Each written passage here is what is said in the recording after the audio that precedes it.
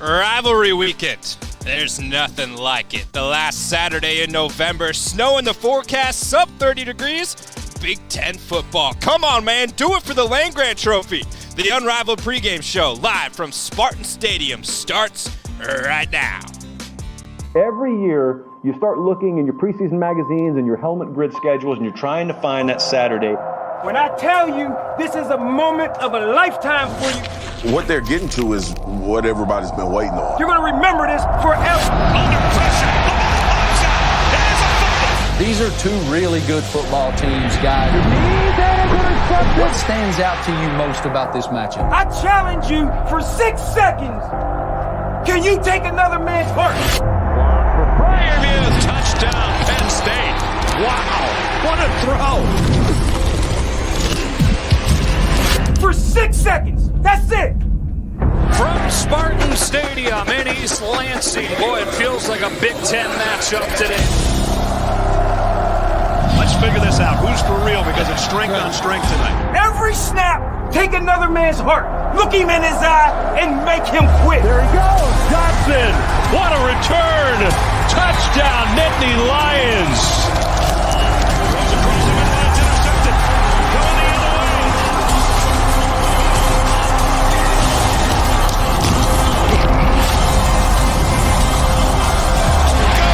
Touchdown, Penn State.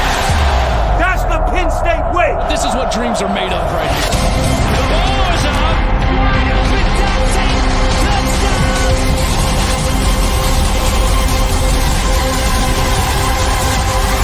It's time to display it to the world.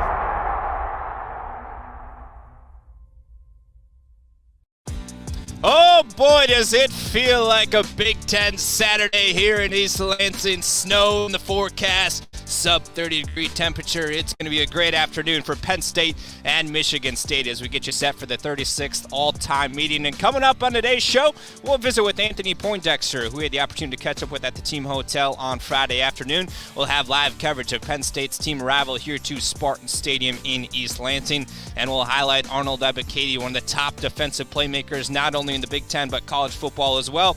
And then we'll dive back towards head coach's James Franklin 10-year contract extension that'll put him in Happy Valley through 2031. Weather report looks like this, mostly cloudy conditions. It's snowing, as you can see right there on the camera, 33 degrees with a real feel of about 28 degrees. 70% chance of snow. I'd say it's about 100% right now, 70% at the time of kickoff. About 1 to 3 inches of accumulation expected in today's forecast. Should be a little Big Ten football here in East Lansing late November last Saturday to finish out the 2021 regular season. This series is even at 17-17-1, but Penn State has won the last 2 matchups as we flash back to October 26th of 2019, East Lansing, Michigan. Quarterback Sean Clifford threw for 4 touchdowns on the day, 3 of those going to that man right there. Current Pittsburgh Steelers tight end Pat Freiermuth. His 3 touchdown catches were a career best and tied Mike Gesicki for the most career touchdown receptions by a Penn State tight end with 15 at that time. Wide receiver KJ Hamler added 5 receptions for 57 yards, and that touchdown right there as Clifford would target 8 different Nittany Lions on the day. Number 14 finished with 18 completions for 189 yards and 4 touchdowns. Penn State's defense earned 2 interceptions, a fumble recovery, and broke up 8 passes to help push the Nittany Lions to a 28-7 victory on a rainy Saturday afternoon here in East Lansing. That was back in 2019. Fast forward to today, snow no longer, rain no longer. Snow is the present. We caught up with safeties coach and co-defensive coordinator Anthony Poindexter at the team hotel on Friday afternoon to break down this matchup and ask him what challenges Michigan State will present. Checking in with co-defensive coordinator and safeties coach Anthony Poindexter. Coach, with this being the final regular season game of this season, how did your unit approach this week with a chip on their shoulder? Well, I just think, we talked about it all week, just starting what we finished. Finishing what we started. We've been playing great defense all year, and just no different. It's the next team on the schedule, and we want to play good defense to give our team a chance to win. When it comes to that next game, you'll obviously take on Michigan State tomorrow. What are the challenges that they present? Well, they got a great quarterback. Obviously, they got probably the best back in the Big Ten right now. So They do a lot of things off the run game and the pass game, with their play action and stuff like that. So it's going to be a challenge, but I think the kids up to it. When it comes to the stopping the run, obviously with one of the best backs in the country, how do you do that effectively? Well, you just got to gang tackle. Yeah, everybody got to run to the ball, and he's going to get his yards. We know that, but we just got to try to limit him from getting the big one. Weather being a factor tomorrow, it's obviously going to be cold. We're standing outside in East Lansing right now. It's going to be about 25 degrees, 70% chance of snow when it comes to kickoff time. You being a former player, how did you approach that with cold weather games? Well, I really like playing in the cold. I don't think the players, it really bothered them one way or the other. Once their adrenaline get going, it really only bothers us coaches. We get softer in our old age. But, I think the players will be just fine. Once the ball kicked, they'll be playing football. You get real sopping up there in the box now. That's Anthony Poindexter joining us here on the Unrivaled Pregame Show. Coach, appreciate your time. I appreciate you.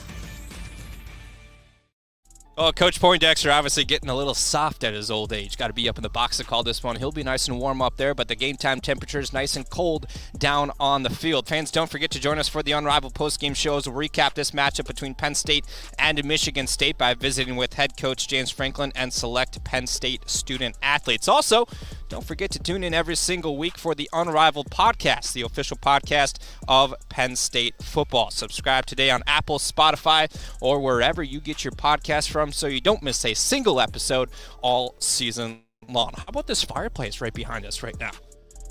Keeping it nice and warm here in East Lansing at Spartan Stadium. Snow is falling, but we're going to step away from East Lansing for the moment and head back to Happy Valley where Brooke Stake joins us from Rec Hall. Brooke? Thanks. It's just been a lot of action around Penn State athletics, even through the Thanksgiving break. But starting earlier this week, the Penn State men's basketball team kicked off the week with a win against Cornell here at University Park. Moving on Tuesday and Wednesday, the men's ice hockey team swept St. Thomas University in Minnesota, winning one game 5-1 and winning the other 4-1.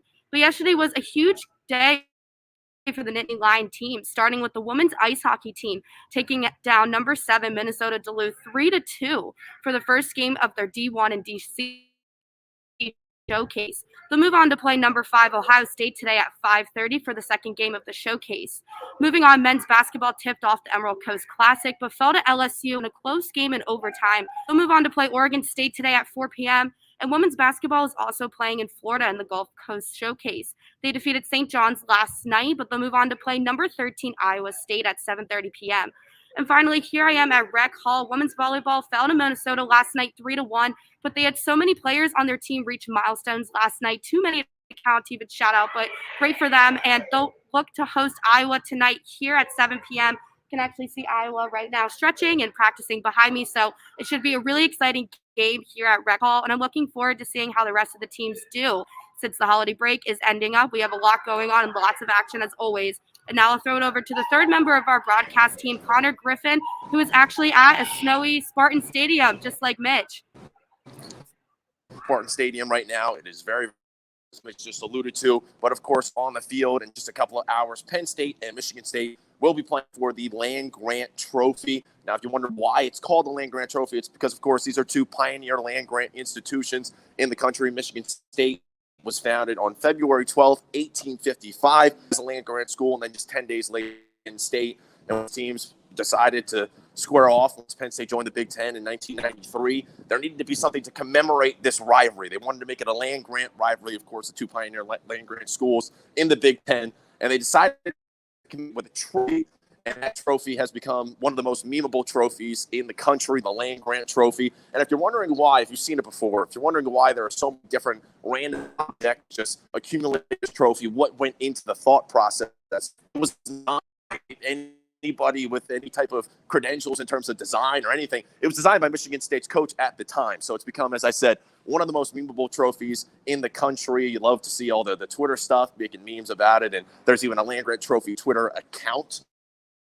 Somebody running it that pretends to take on this persona of the land-grant trophy, this piece of hardware. And there was a little bit of a gap in the rivalry at the beginning of this past decade, but of course has become a staple of Penn State's season, playing for this land-grant trophy. It's great to see it back here the last week of the season.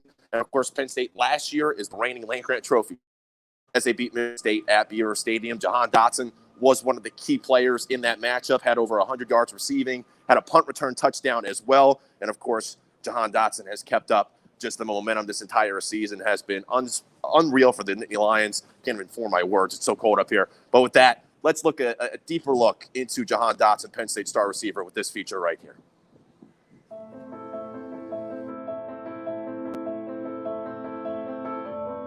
With the 20th pick in the 2018 National Signing Day Draft, Penn State selects from Nazareth Area High School, Jahan Dotson. We're proud of you and we believe in you. We're very, very thankful for the decision you've made. But it's going to take a lot of hard work. But I'm proud of you, brother, and we believe in you. You guys got anything you want to say? We are. Why Penn State? It feels like home. Literally where I'm from, Nazareth, Pennsylvania. And when I come here, it doesn't feel much far off. That's what's so special about this place to me. Every time I visited here, it literally felt like I was home. Getting here, all the guys brought me in right away. The family atmosphere has been tremendous here ever since I got here.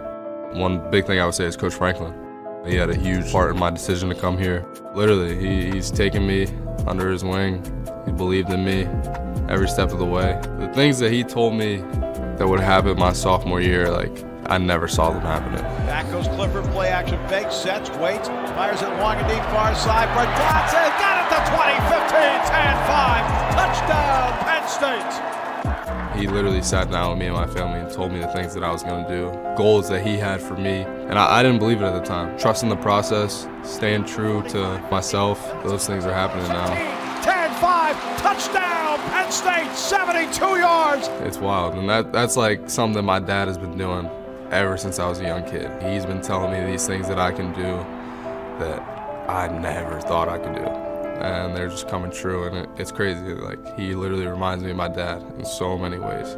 He's raising the kid to become a man, and Han is really becoming a man. And you can see it behind his leadership, making him stronger, and work ethic. Yeah, working hard. He told me all the success I was gonna have, all the individual success I was gonna have. I literally cherished those words, and now I'm here.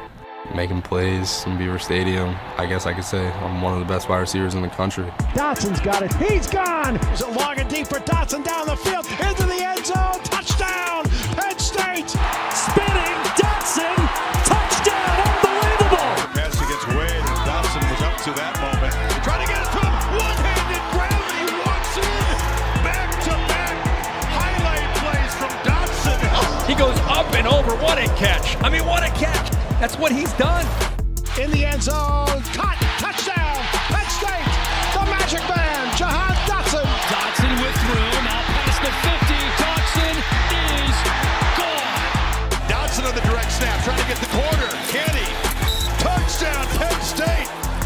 Delivers, wide open, Dotson, touchdown, Penn State. This guy is an amazing player, Jahan Dotson. I think he's one of, if not the best receiver in college football right now. I guess you could say that you're one of the top wide receivers in the country. Jahan Dotson visiting with us a couple weeks back to talk about his relationship with head coach James Franklin, this Penn State football program, and why and how he has become one of the top wide receivers in the country. And it was so fascinating during that conversation when I was sitting down with him, his disbelief earlier on in his career, the hardships that he went through as a sophomore, so on and so forth. His family story is well documented. And then you fast forward to where he is today, here in the final regular season of the 2021 season as one of the top wide receivers, not only in the Big Ten, but also in the country. That says a lot about this Penn State football program, as well as number 5, Jahan Dotson, the PA native. Penn State has officially arrived here in East Lansing to a snowy field conditions. You see some of the players right there walking out onto the field. A lot of them did come out here as that Jahan Dotson player feature was playing in the background. It's pretty cool to see those guys come out here, take in a couple of sights and sounds and a couple of pictures for their Twitter profiles as well, Instagram, Snapchat, whatever they are big on. Obviously, that's a pretty cool moment for those players to come out of that tunnel that they walk down, they walk out onto the field. Head coach game lap, as he does every single weekend on every single Saturday. It's a big part of what he does when he gets to a stadium. Some of these players coming out, as I mentioned, and obviously the snowy conditions, that's a part of this, to be able to see what's going on the field with the shovels, with the snow, you name it. That's a part of the conditions right now. Head coach James Franklin actually about to go right past us right now. We'll carry this live for you as he walks around the field. You see the fireplace playing in the background up on the video board, trying to stay warm here in East Lansing. It's about 30 degrees. Game time temperatures, real feel about 28 degrees. And then snow is about 70% at the time of kickoff. But you can clearly see right now that it is snowing out here in East Lansing. Fireplace playing in the background. Steve Jones, the voice of the Nittany Lions, will join us here in a few moments for this matchup as head coach James Franklin walks by the set, and he'll go back to the locker room and get ready for this matchup between Penn State and Michigan State. Steve Jones, the voice of the Nittany Lions, will now join us here on the Unrivaled Pregame Show to break down this matchup between Penn State and Michigan State on a snowy Saturday afternoon here in East Lansing. Steve, welcome into the Unrivaled Pregame Show with the fireplace. We did this just for you. We put it on in the background. We're getting some warm vibes. I know you can feel it, but snowy conditions, here we are, East Lansing. Let's pretend I've never been in East Lansing before where it was snowing. It feels like every time Penn State comes to here, you got some sort of weather conditions. The last time they were here in 2019, if I recall, it was like torrential downpour. It was crazy, and of course, I'm back here in 2 weeks for basketball. There you go. I mean, maybe it's you. Maybe you're burning the weather. Oh, no, we all know it's me. We've always thought that. This matchup between Penn State and Michigan State, we talked to Anthony Poindexter at the team hotel yesterday. The emphasis for him was stopping the run game. That's the emphasis on the national scale of things, too. Sure. From your perspective, how does Penn State get that done on the defensive side? You got to be gap sound, and I think you got to be able to, and the linebackers have to fill some of those gaps, which means Ellis Brooks and a guy like Brandon Smith will have to do a good job. This, you watch the tape on this guy. It doesn't take Kenneth Walker. It doesn't take much of a crease to get him through there. Now, the question's going to be who's available for them today, but I'm not going to sit here and worry about that. I'll watch, warm up, take some notes, and then go from there. After that, you got to go win the game. Well, as you mentioned, obviously a lot of players are reported to potentially be out or have the flu for this game as Penn State battled last week, worked its way over to East Lansing, it seems like. So we'll see if those reports are accurate, but that will be some game time information to keep an eye on with this matchup. Flip sides to the offensive side of the football. What are you watching for in this game? Got to throw the football. I mean, and you're saying, well, what about throwing the football in these conditions? It's not windy. So because it's not windy, the snow's irrelevant. To be honest with you. I mean, so throwing the ball in this is actually easy. It's not a difficult task throwing the ball in these conditions. If the wind were to kick up, which it's not supposed to, then it does become problematic. But Penn State, this could be has the chance, we'll see how it plays out, to be a 300-yard passing day. Ooh, 300-yard passing day. Speaking of throwing the ball, your player to watch today is? Sean Clifford, without question, because he's going to have to throw the ball well today and be accurate with the football for Penn State to win this game today. It's been the Achilles heel for Michigan State all season long, regardless of who they have played so far this year. And so I think it's got to be Sean Clifford in a game like this. Sean Clifford, Steve Jones is player to watch in this matchup. I'm going to go on the opposite side of the ball, Steve, and go back towards the defense, and that's going to be Arnold Ebiketie, a guy we've talked about all season long, and that's going to be my player to watch in this matchup. Number 17 continues to be a force on that defensive front, as you guys are well aware of for the avid viewers of the Unrivaled Pregame Show. 2021 stats look like this: 58 total tackles, 17 TFLs, 9.5 sacks. That's where he makes his paycheck, if you will, for the future level of the NFL. 2 forced fumbles, 7 quarterback hurries. Arnold Ebiketie. And 2 block kicks. Yeah, to go along with that, to say the least. A decent player for Penn State, I would say. Decent. More than a little decent. One of the great steals of the transfer portal. No doubt. You're talking about Michigan State, which has 20 players on this team that are transfers. 15 are Power 5 transfers. Walker's one of the best transfers in the country. Ebiketie's one of the best transfers in the country. No doubt about that. Decent was a little bit sarcasm. Yep. For those watching right there. All right, for more on Arnold Ebiketie, we caught up with his position coach, John Scott, earlier this week back in Happy Valley to ask him about number 17, about him both on and off the field. Welcome to the game, and he gets plastered by Ebiketie. To throw under pressure. Number 17, boy, has he been a valuable contributor since they got him from the portal. From the transfer portal to household name, Arnold Ebiketie continues to be a dominant force for Penn State's defensive front. Mitch Gerber alongside defensive line coach John Scott. Coach, AK has picked up at least 1 TFL in 7 straight games. What's been the key to his success during that stretch? Well, I think the biggest part about it is AK has just been really consistent. McNamara, the junior from Reno, goes down.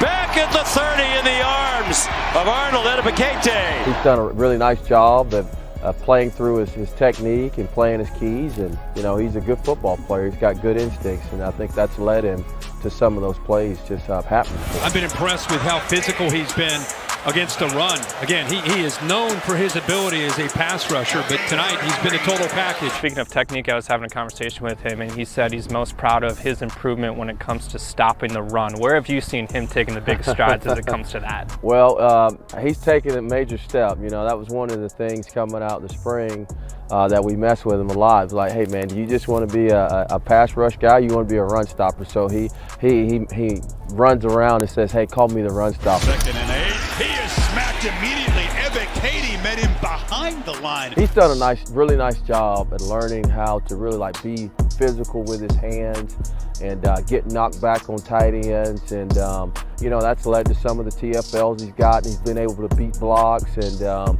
so he's done a really good job with that. But that is the one thing that we saw when he got here from Temple, that we had to work on him a little bit more, because the tight ends here are bigger, and obviously the lines are going to be a little bit more physical, especially at the tight end spot. But he's done a really good job with that. He's a natural pass rusher, and he can flat out run. 260 pounds, about 6'4", has excellent hips, uses his hands very well, but he's been a huge plus for this Penn State defense. How did you see him really embrace the process of being a transfer and playing at this level? When he first got here, one of the things that impressed me the most, he didn't say a whole lot, which said a lot to me. You say a little, he says a whole lot, and that's how he was when he got here. He got here, he put his nose down to the pavement and just grinded. Hit as he throws, lost it. Loose ball, can Penn State dig it out? Yes, they can, and the Nittany Lions force. How about the electric pass rush of Arnold Ebiketie? He got in there and he worked his butt off, and so he let his actions speak for him. And he gained the respect immediately of the coaches and his teammates. And then, as he got more comfortable knowing the guys and everybody saw how he worked, he began to just transform a little bit. We saw his personality come out, and he's just come in and he's just grinded it out, and gotten better at some things that we helped him identify, and he's just really just blended in very nicely here with the culture and our expectations. And it's been, when he did that, the guys gravitated to him, the coaches love him, and he's been a pleasure to have on our team this year and coach. Arnold Ebiketie, no doubt a dominant force for this Penn State defensive unit. Coach, appreciate your time. Thank you. Arnold Ebiketie with 17 TFLs so far here in 2021. John Scott told us he calls him the run stopper. Arnold Ebiketie wanted the defensive unit room to call him the run stopper. So fans, little insight there as to what's made Arnold Ebiketie so elusive here in 2021 and a successful future career for number 17, both on and off the football field. Earlier this week, head coach James Franklin signed a new 10-year contract that will have him in Happy Valley through 2031. And he said, quote, 9 weeks ago, the administration approached me about making a long-term investment in our football program. This prompted numerous conversations outlining the resources needed to be competitive at a level that matches the expectations and history of Penn State. What's most evident from those conversations is the importance of our student-athlete success both on and off the field, end quote. That's head coach James Franklin from a quote in a press release earlier this week on Tuesday. And then we also had the opportunity to catch up with him and athletic director Sandy Barber following Wednesday's practice back in Happy Valley to pick their brains about the new 10-year contract. How does that, in your opinion, the contract, really establish the future of Penn State football? Well, it's stability, right? Which everybody's looking for. Parents want to be able to send their son somewhere that they know they're going to be developed and cared for, and there's going to be consistency there. And obviously in college football, there's not a whole lot of that anymore. So having a conversation and having a decision that's been made, I think is helpful. Obviously for our current players, which is very, very important, but also for the future recruits as well. Sandy, how about from your perspective? Well, we certainly wanted to send a couple of signals as an institution, from Dr. Barron to the board, the chair of the board, myself obviously as the leader of athletics, about how we feel about James and his leadership of this football program, and how we feel about he and his family as members of this community. And then also, as James was just saying, about our football program, how important it is to us, how committed we are to it, to have the success that we know Coach Franklin wants, I want, and we know all of our fans do. So it was really about signaling that commitment, and that we're all going to be doing this together for a long time. Coach, you talked about this being a 364-day thing, 365 full year-round process. How does this contract really implement the future when it comes to every single day executing at a high level? Well, with Sandy's support and President Barron, who's been phenomenal, we're going to miss him terribly, but also the board. There's still some things that we need to improve on and we need to work on. And that's really every program in the country. And we've made tremendous strides since I've been here, but there's still some things that we can do. So, looking at whether it's facilities, whether it's staffing, whether it's the dormitories, whatever it may be, there's a lot of things to sit and talk about to allow us to fight for that small margin, right? We've been close. So at this stage, we are fighting for small margins to try to take that next step, as a program, whether that is the playoffs, an opportunity to compete for national championships. And that's really going to take place the other 364 days a year to allow us to be successful on Saturday. It all matters, and we need to make sure that we're competing in every single one of those aspects.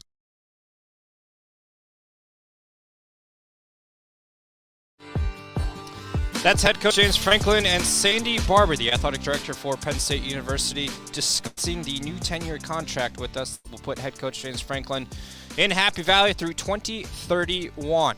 Focusing our attention back here in East Lansing, today's matchup is at 3:30 p.m. Eastern on ABC, or you can listen to Steve Jones, Jack Ham and Company on the Penn State Sports Network, November 27th. The last Saturday in November, and it's Big Ten football weather, baby. Snowy, 30 degrees. Snow expected throughout today's game. 70% chance on and off. 1 to 3 inches supposedly supposed to fall. I'd say a good inch to an inch and a half has already fallen here in East Lansing, so that report could be a little inaccurate.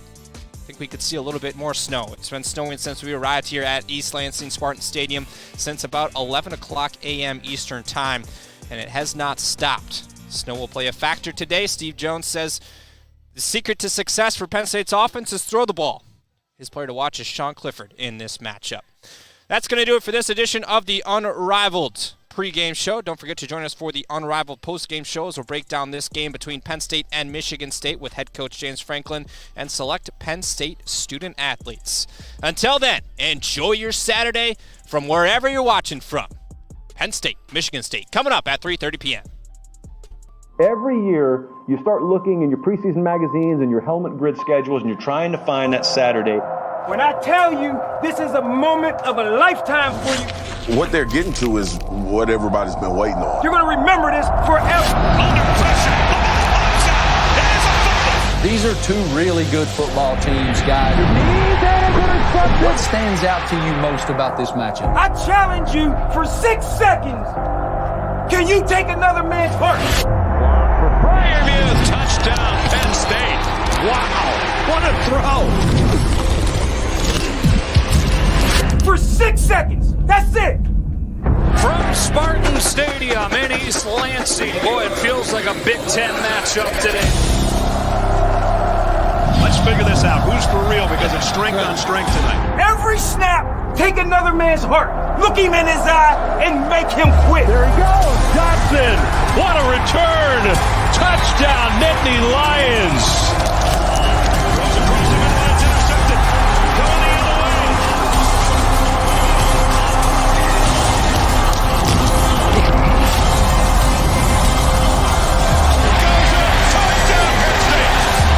That's the Penn State way. This is what dreams are made